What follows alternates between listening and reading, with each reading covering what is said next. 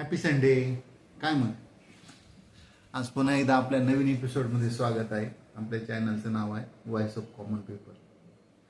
आता पहिल्यासारखी मुलं काय खेळताना वगैरे दिसत नाही. पार्क, क्रिकेट म्हणा, भरपूर खेळ आहे. मैदानी खेळ पण भरपूर आहेत. आपल्या वेळेत कसं सूतपारंबे खेळतील, ते गोट्या खेळायचे, उन्हाळ्यात ते कैऱ्या पाडायचे. पण आताची पिढी काय सोशल मीडियाला चिटकलेली असते. काय कमीत कमी लहान मुलांनी तरी त्यांचं जेवढं काय वय आहे 4, 5, 10 वर्षापर्यंत त्यांनी मैदानी खेळ खेळायला पाहिजे. त्यातूनच काय त्यांची गट्टी जमते, मैत्री होते आणि त्यांना एक खेळ आपण म्हणतो ना स्पोर्ट स्पिरिट, म्हणजे तुम्हाला एक तुमचा हार पचवायची ताकद तयार होते किंवा एक नकार पचवायची ताकद तयार होते. आजकाल काय पॅरेंट्स काय करतात, मुलगा रडायला लागला 2 वर्षात 3 वर्षात जे असेल ते मुलगा मुलगी तर मोबाईल देतात आणि त्यांना हे सांगतात कुठे जायचं, तू हे केलं तर तुला मोबाईल देईन 5 मिनटं, हे काम ऐकलं तर तू 10 मिनटं मोबाईल देईन. आणि आता नवीन थोडा ट्रेंड आहे, आता सोशल मीडिया म्हणलं ट्रेंड आहे. ते लहान 5-10 वर्षाचे मुलं घ्यायचे, ते व्हिडिओ रेकॉर्ड करतात, स्प्रेड करतात. ते काय बोलताय त्यांनाही कळत नाही. पण मग त्यांच्या पॅरेंट्सला म्हणजे आईवडिलांना असं वाटतं की आमचा मुलगा मोठा स्टार झाला पाहिजे. त्यामुळे त्याला ते म्हणतात व्हिडिओ तो मुलगा स्वतःहून बनवतोय का त्याचे पॅरेंट्स त्याला सांगताय व्हिडिओ बनव, फेमस हो. त्याच्या आधी पण असंच होतं. एक मागे रियालिटी शो नावाचा प्रकार होता, बरोबर. रियालिटी शोमध्ये ते पॅरेंट्स काय करायचे, 4, 5, 6 वर्ष मुलं ते स्टेजवर पाठवायचे. त्यात खरी रियालिटी कधीच नसते.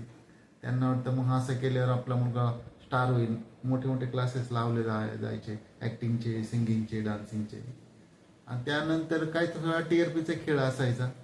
मग ते एक चॅनल असायचं, हा तुमचा मुलगा असं होणार तसं होणार. शो संपला का ते मुलं गायब.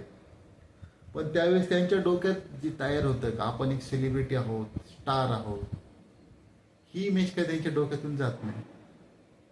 तर मग आजच्या ज्या नवीन जे आहे 10 वर्षापर्यंतचे, 10-12 वर्षापर्यंतचे म्हणू शकता, 15 वर्षापर्यंतचे म्हणू शकता, त्यांचे पॅरेंट्सच म्हणतात तुम्ही काय तुमचं एज्युकेशन आहे त्याच्यावर काय लक्ष वगैरे देऊ नका, तुम्ही काय करते सोशल मीडियामध्येच करा. म्हणजे त्यांना असं वाटतंय आपण केलं नाही, आपल्या मुलांनी केलं पाहिजे सोशल मीडिया. पण सोशल मीडिया हे कसं दुहेरी असं आहे. तुम्ही चांगलं बोललं तर लोक स्वीकारतं, पण तुम्हाला त्यांचे मतं नाही पाटलं तर लोक ट्रोल पण करतात. मग ते पण स्वीकारण्याची तयारी पाहिजे.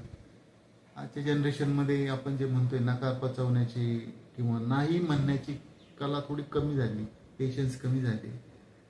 जसं की मागे काही बातम्या आल्या, सोशल मीडिया ग्रुपमुळे काही 2-3 मुली, ते धाराशिव जिल्ह्यातलं प्रकरण होतं.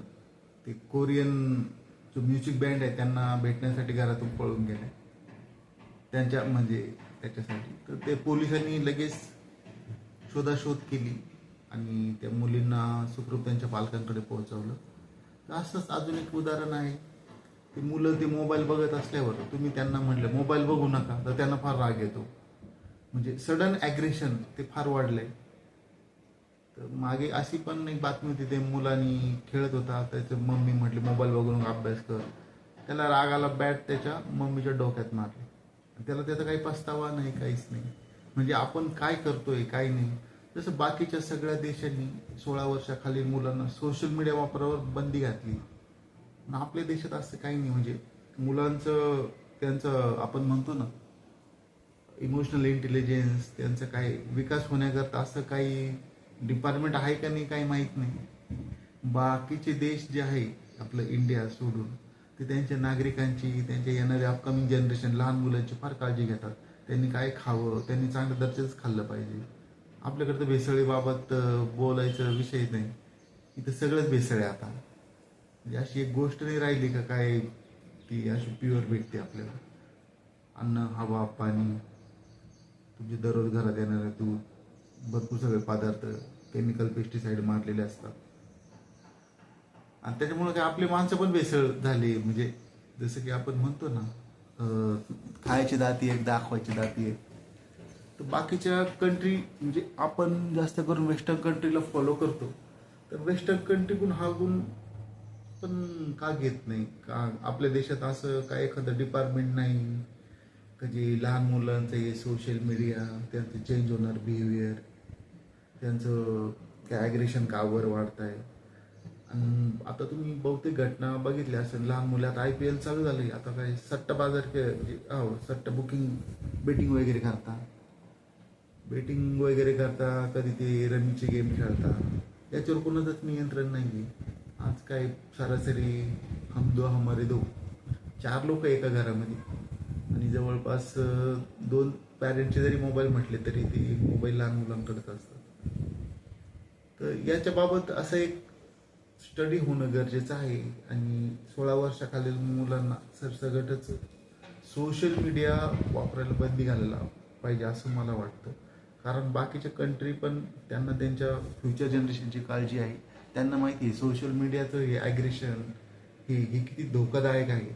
त्यांना त्यांच्या अपकमिंग जनरेशन वाचवायचे आहे या सगळ्याच्यातून. त्यांना एक सदृढ पिढी घडवायची आहे.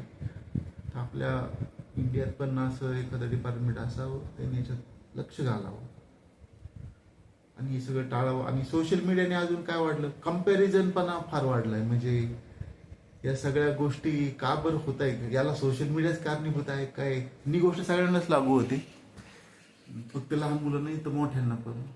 गाडी घेतले का टाका फोटो, ती गाडी घेताना ते स्लो मोशनमध्ये व्हिडिओ घ्या, तो त्याचं मस्त रील बनवा, आणि ते असं ओढा, ते असं धरून ओढा, आणि मग खाली हे करा का फार मोठी मी अचिव्हमेंट केली.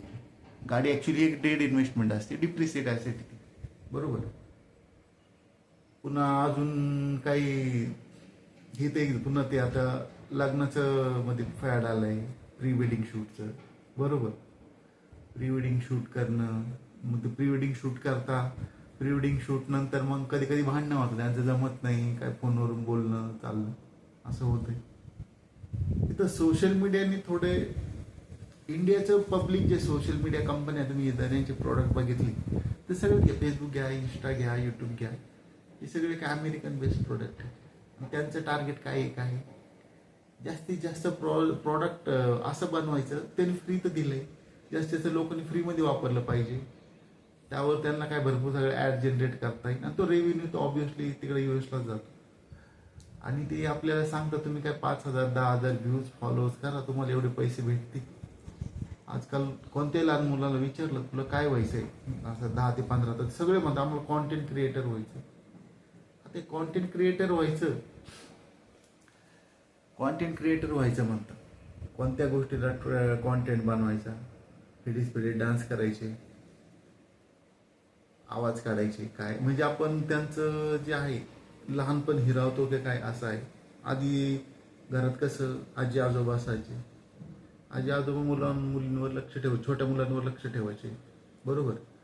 संध्याकाळी शुभम करोती म्हणायचे, सगळ्यांचे ते पाया पडायचे पाहुणे आल्यावर, आणि आसपासच्या गल्लीत खेळायचे. पण आता काय सगळे काय फ्लॅट संस्कृती असल्यामुळे सगळे उत्सव एकदम इव्हेंटप्रमाणे साजरे केले जातात. ते आपलं गणपती उत्सव असू दे, ते आपलं गोपाळकाला असू दे, दहीहंडीचा, हे सगळे म्हणजे पारंपरिक जे आपलं जी संस्कृती दाखवायच्या ऐवजी सेलिब्रिटी स्टाईल करायला लागले सगळे. आजकाल स्वतःला सेलिब्रिटी समजताय. तर हे सोशल मीडियाने फारच इम्पॅक्ट चेंज केलाय. एकच इंडियन सोसायटी, त्यांचे पॅरेंट्स, त्यांचे मुलं, सगळं त्याच्यावर. परदेशात बऱ्यापैकी नियंत्रण आहे. ते त्यांच्या लोकांची काळजी घेतात, त्यांच्या येणाऱ्या नवीन पिढींची काळजी घेतात, त्यांच्या खाण्यापिण्यापासून त्यांनी काय कॉन्टेंट बघितला पाहिजे ही काळजी घेतात. तर तुर्तास एवढंच. तुमच्या काही सजेशन असेल तर जरूर कळवा. आपल्या चॅनलमध्ये आपण अशाच मस्त गप्पा मारत जाऊ. धन्यवाद.